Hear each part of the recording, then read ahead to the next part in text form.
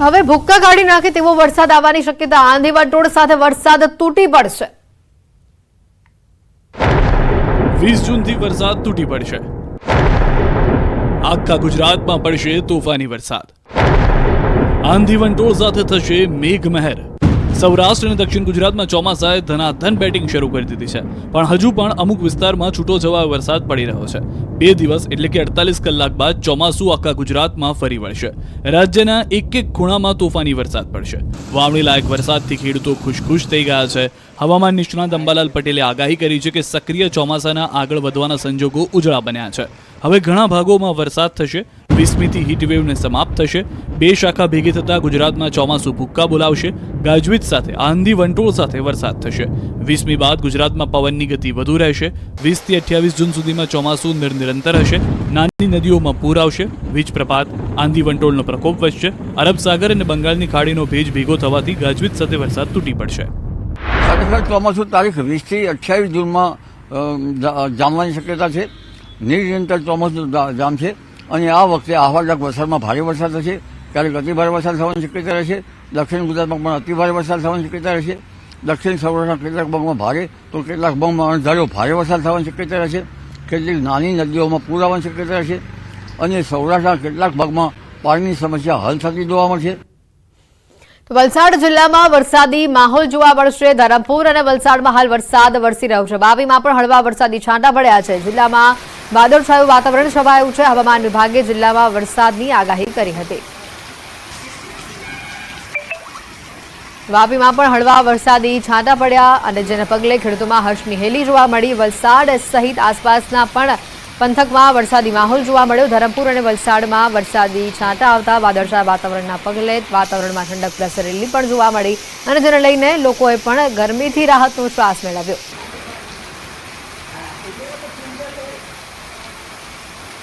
વાત કરીએ આ તરફ ભાવનગરથી, તો ભાવનગર જિલ્લાના ગ્રામ્ય પંથકમાં પણ ફરી વરસાદની શરૂઆત થઈ। જિલ્લાના પાલિતાણા પંથકમાં વરસાદી માહોલ જામ્યો। નાનીમાળ, ઘેટી, દુધાળા, કંજરડા, આદપુરમાં વરસાદ વરસ્યો। વરસાદના આગમનને લઈને ખેડૂતોમાં ખુશીનો માહોલ છવાયેલો જોવા મળ્યો।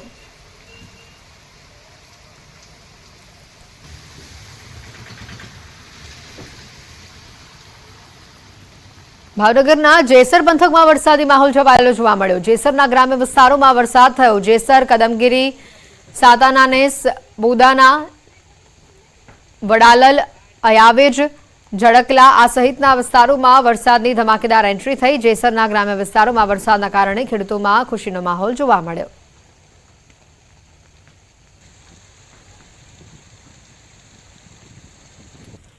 જિલ્લાના મહુવા પંથકમાં વરસાદ જોવા મળ્યો। મહુવાના ગ્રામ્ય વિસ્તારોમાં બગદાણા, ટીટોડિયા, મોણપરમાં વરસાદ થયો। બગદાણા, મોણપર, ટીટોડિયા, કરમડિયા સહિતના વિસ્તારોમાં વરસાદ ચાલુ છે। વાવણી લાયક વરસાદથી ખેડૂતો હાલ રાહ જોઈ રહ્યા હોવાની માહિતી છે।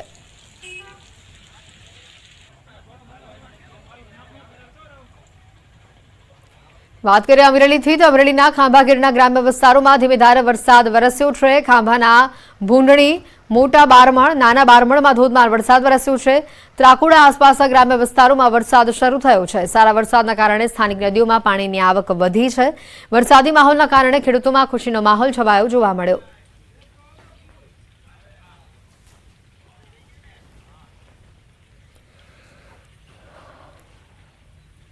અમરેલી જિલ્લાના ગ્રામ્ય વિસ્તારોમાં આજે પણ વરસાદી માહોલ યથાવત છે। બાબરા શહેરમાં આજે ત્રીજા દિવસે વરસાદ યથાવત છે। ગરમી અને બફારા બાદ વરસાદ વરસતા વાતાવરણમાં ઠંડક પ્રસરી છે। વરસાદ વરસતા ખેડૂતોમાં ખુશીનો માહોલ જોવા મળ્યો છે।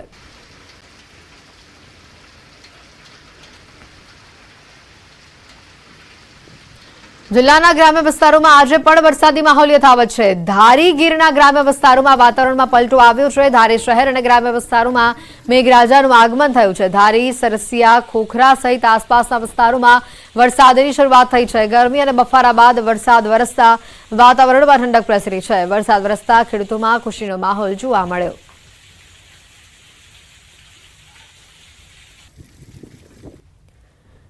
ગીર સોમનાથમાં થોડા વરસાદમાં જ પાણી ભરાયેલા જોવા મળ્યા। સામાન્ય વરસાદમાં વેરાવળ પાણી થયું। પ્રી મોન્સૂનની કામગીરીની પોલ ખુલી। વેરાવળના મુખ્ય સટ્ટા બજારમાં વરસાદી પાણી ભરાયા। હળવું ઝાપટું પડતા જ સટ્ટા બજારમાં પાણી ભરાઈ ગયા। તંત્ર 1 માસથી પ્રી મોન્સૂનની કામગીરીનો દાવો કરી રહ્યું હતું। પહેલા વરસાદે જ તંત્રની પોલ અહીંયા ખોલી નાખી છે.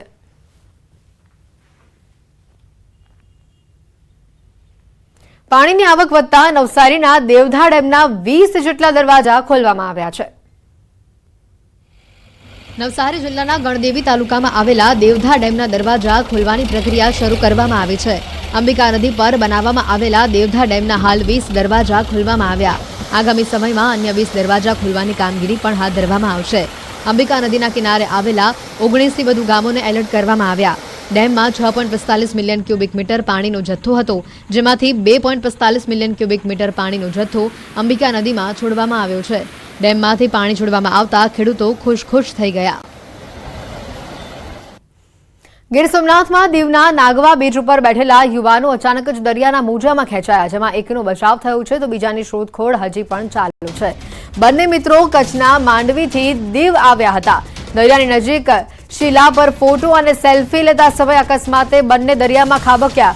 એક યુવાને દરિયાની ભાત પકડી લેતા બચાવ તેનો થયો છે. ઘાયલને દીવ હોસ્પિટલ ખાતે ખસેડવામાં આવ્યો છે તો અન્ય યુવાનની શોધખોળ ચાલુ હોવાનું સામે આવ્યું છે.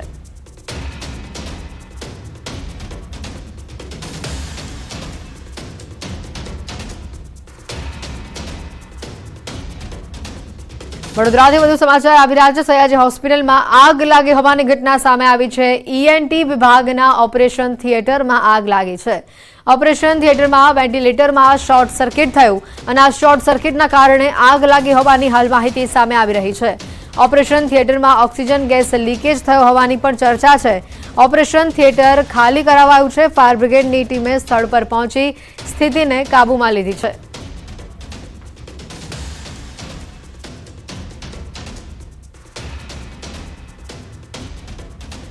વડોદરાથી ઘટનાના આ દ્રશ્યો સામે આવ્યા છે. સયાજી હોસ્પિટલમાં આગ લાગી હોવાની માહિતી છે, જેમાં ઈએનટી વિભાગના ઓપરેશન થિયેટરમાં આગ લાગી હોવાની માહિતી છે. વધુ માહિતી મેળવીશું. હાર્દિક અમારી સાથે ફોન લાઈન ઉપર સંવાદદાતા જોડાયા છે. હાર્દિક, હાલ આગ કાબુમાં છે કે કેમ અને પરિસ્થિતિ ત્યાં શું છે? બિલકુલ હેતવી, જો આગની વાત કરવામાં આવે તો ફાયર બ્રિગેડ જે છે તે સમય સૂચકતા વાપરીને તાત્કાલિક ધોરણે પહોંચી જતા અત્યારે આગ પર જે છે તે કાબુ મેળવી લેવામાં આવ્યો છે.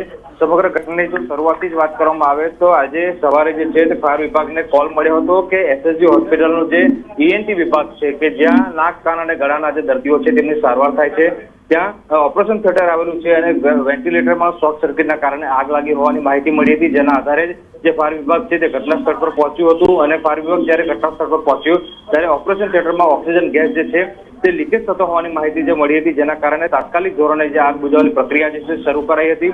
બીજી વાત કરીએ તો આ ઈએનટી વિભાગનું જે ઓપરેશન થિયેટર છે તેમાં જે બ્લાસ્ટ થવાના કારણે આગનો મામલો જે હતો તેમાં જે ફાયર વિભાગ છે તેની પ્રાથમિક તપાસમાં એવું સામે આવ્યું છે કે ઓપરેશન થિયેટરની બાજુમાં જે વોર્ડ આવેલો છે ત્યાં 3 જેટલા દર્દીઓ જે છે તે દાખલ હતા અને એસી જે છે તે શરૂ કરતાની સાથે બ્લાસ્ટ થયો હતો અને ત્યારબાદ આગની જે ઘટના છે તે બની હતી. ત્યારે તાત્કાલિક ધોરણે જે દર્દીઓ દાખલ હતા તેમને જે અન્ય વોર્ડ છે તેમાં શિફ્ટ કરવાની પ્રક્રિયા જે છે તે હાથ ધરાઈ હતી અને અત્યારની પરિસ્થિતિની વાત કરીએ તો આગ પર સંપૂર્ણપણે જે છે તે કાબુ મેળવી લેવામાં આવ્યો છે. પરંતુ એક વાત ચોક્કસ છે કે ભૂતકાળમાં પણ ન્યૂઝ 18 ગુજરાતી અહેવાલ દર્શાવ્યો હતો કે એસએસજી હોસ્પિટલ છે તેની પાસે ફાયર એનઓસી નથી. ત્યારે અત્યારે પણ જ્યારે ફાયર ઓફિસર સાથે વાત કરી ત્યારે તેમાં પણ ફાયર એનઓસી ન હોવાનું જે છે તે સામે આવ્યું છે. એટલે હોસ્પિટલ એસએસજી હોસ્પિટલ સત્તાધીશો છે તેમની ક્યાંક ને ક્યાંક આ ગંભીર પ્રકારની બેદરકારી જે છે તે કહી શકાય. આભાર હાર્દિક, માહિતી બદલ.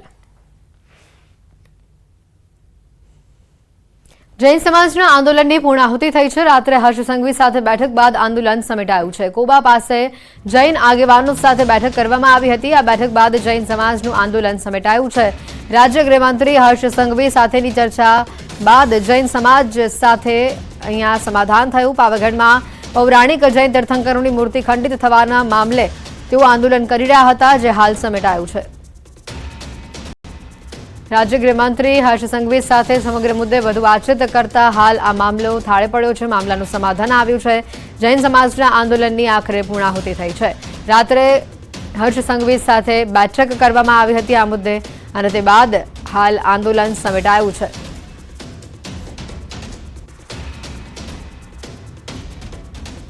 વડોદરાથી અન્ય સમાચાર આવી રહ્યા છે. કોર્પોરેશનની સામાન્ય સભામાં ગંભીર આરોપ લગાવવામાં આવ્યા છે. સત્તા પક્ષના કોર્પોરેટરોએ જે ખાસ કરીને વાત કરીએ આરોપ લગાવ્યા હોવાની માહિતી છે. બીજેપી કોર્પોરેટર આશિષ જોશીના જાહેરમાં આકરા પ્રહારો સામે આવ્યા છે. વડોદરા શહેરને વેચવા કાઢ્યું હોવાના તેમણે આરોપ લગાવ્યા છે. વડોદરા શહેર આટલા મત આપ્યા તો આ મતોનું ઋણ ચૂકવવાનો સમય છે. દરેક જગ્યાએ હાલ આપણા શહેરના લોકો હેરાન થઈ રહ્યા છે. MS યુનિવર્સિટી, ગણેશ ચતુર્થી, પાણી સહિતના તમામ મુદ્દે લોકો હાલ રસ્તા પર છે. જો આ જ પરિસ્થિતિ રહેશે તો લોકો આપણને માત્ર હરણી બોટકાંડ માટે જ યાદ કરશે. આ પરિસ્થિતિ 48 ડિગ્રીમાં વોટ આપીને જો આપણા શહેરના નાગરિકોની થતી હોય તો આપણી ખરેખર જવાબદારી છે કે ફરી આવું ના બને. આ યુનિવર્સિટી કોણે આપી છે યાદ કરવાનું હંમેશા. હું કાયમ બોલું છું, આ શહેર વેચવા કાઢ્યું છે. કોર્પોરેશનની સામાન્ય સભામાં જે ગંભીર આરોપ લગાવ્યા છે, વડોદરા શહેરને વેચવા કાઢ્યું હોવાનો આરોપ લગાવાયો છે. સમાચારોમાં હાલ રોકાઈશું એક બ્રેક માટે.